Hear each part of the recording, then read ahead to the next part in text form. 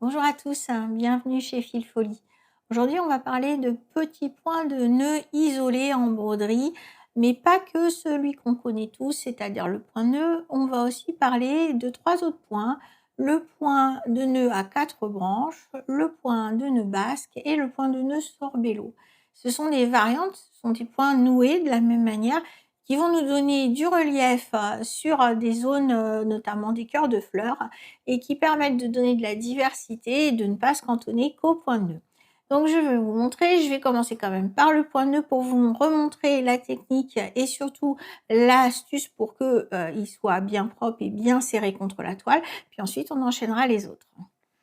Alors, là en fait j'ai un ouvrage sur lequel je crée au fur et à mesure les points qui m'intéressent, qui me viennent en tête. Et donc là j'ai fait déjà les points dont on vient de parler, donc je vais refaire un point de nœud. Alors, je vais le placer au milieu, par exemple, ici. Je sors. Je travaille avec un fil de soie d'Alger, au ver à soie, et j'ai pris 3 brins du moulinet. Donc, ça me permet d'avoir quand même une certaine épaisseur. Les points nœuds, bien sûr, vont avoir d'autant plus de relief que vous aurez mis de brins, mais on peut bien sûr les faire avec moins de brins. J'ai coutume aussi de les faire avec du coton perlé, tout type de coton à broder, peu importe, on n'est pas obligé de travailler avec du moulinet. Donc maintenant que je suis ressortie, je vais tendre et je vais tourner 3 fois pour avoir un peu de volume. Je vais tendre là, vous voyez le geste que je fais, je tends et je vais repiquer juste à côté. À ce moment-là, le truc pour réussir son point de nœud, c'est vraiment de la tension du fil. Vous voyez là, sur mon pouce, avec mon pouce, je tire. Je vais passer en dessous, récupérer mon aiguille et je garde toujours cette tension. Parce que si je la lâche, le point va être tout lâche. Et j'essaye de récupérer, alors on peut ou pas, mais j'essaye de remettre mon doigt près pour bien garder ma tension. Et je tire. Voilà, ce qui fait qu'on a un petit cœur de rose qui est tout propre, tout bien joli, qui est bien harmonieux, bien rond. Et surtout bien collé à la toile. Si vous tirez pas assez, si vous n'exercez pas cette tension, en fait, ça va faire un petit nœud, ça c'est sûr, mais par contre, il va être un petit peu en l'air, il va se promener, il ne sera pas collé à la toile. Donc ça, c'était pour le point de nœud. On l'appelle aussi le point de nœud français, French dots en anglais, et on le trouve sous cette appellation partout dans le monde. Maintenant, le point de nœud à 4 branches. Alors, c'est pas un point de nœud difficile du tout, mais c'est un point de nœud qui va finalement donner une autre dimension. Alors, on sort comme ça. On va faire un point lancé droit. Plus on va espacer, bien sûr, et plus on aura un nœud moins compact. Ensuite, je vais ressortir juste à côté de mon point lancé, au milieu, dans la hauteur au milieu. Et je vais faire comme si j'allais fermer ma croix, vous voyez, c'est pour ça qu'on parle de 4 branches, c'est parce que on a tendance à fermer la croix, les branches de la croix. Donc là, je vais faire ça, mais au lieu de repiquer, je vais passer mon aiguille sous le premier point lancé. Je vais la ressortir et je vais laisser mon fil aller bien sous l'aiguille comme ça. Et je vais ressortir. Alors, je maintiens le fil, hein, vous voyez, comme avec le pouce. Là, je l'ai lâché. Voilà, il faut le maintenir pour qu'on ait, pareil, une tension et que le nœud se promène pas en l'air, en fait. Voilà. Et une fois que j'ai fait ça, ben je finis ma branche, ma croix, en fait.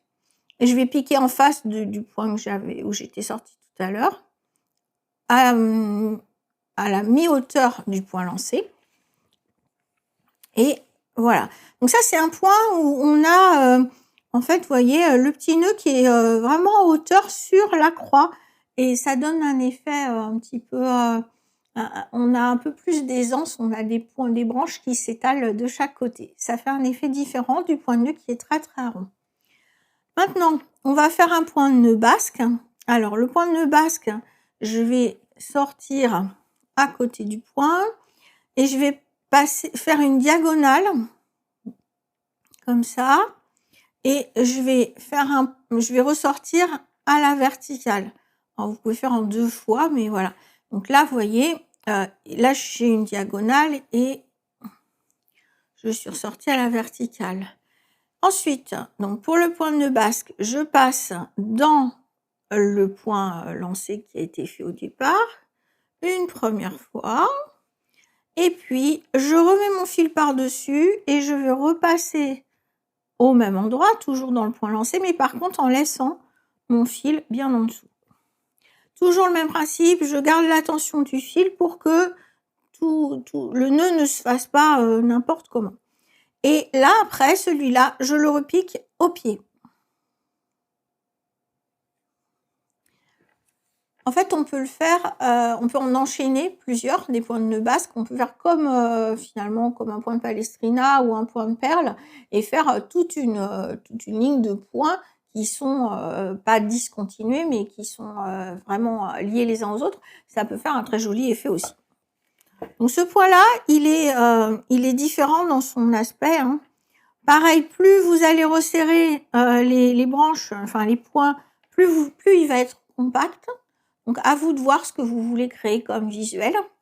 Et puis, le dernier, le point de sorbello.